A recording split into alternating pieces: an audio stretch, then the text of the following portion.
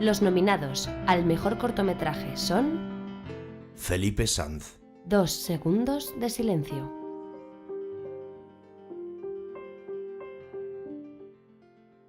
Jorge Aparicio. El Morico. Pase, pase. Si puede.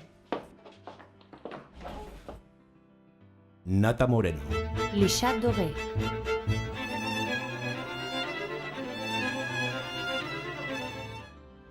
Rubén Pérez Barrena. Rewind.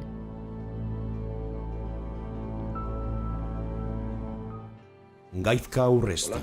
El Trastero. Buenas tardes. ¿Qué? Buenas tardes. He recibido esto. Javier Macipe. Un minutito.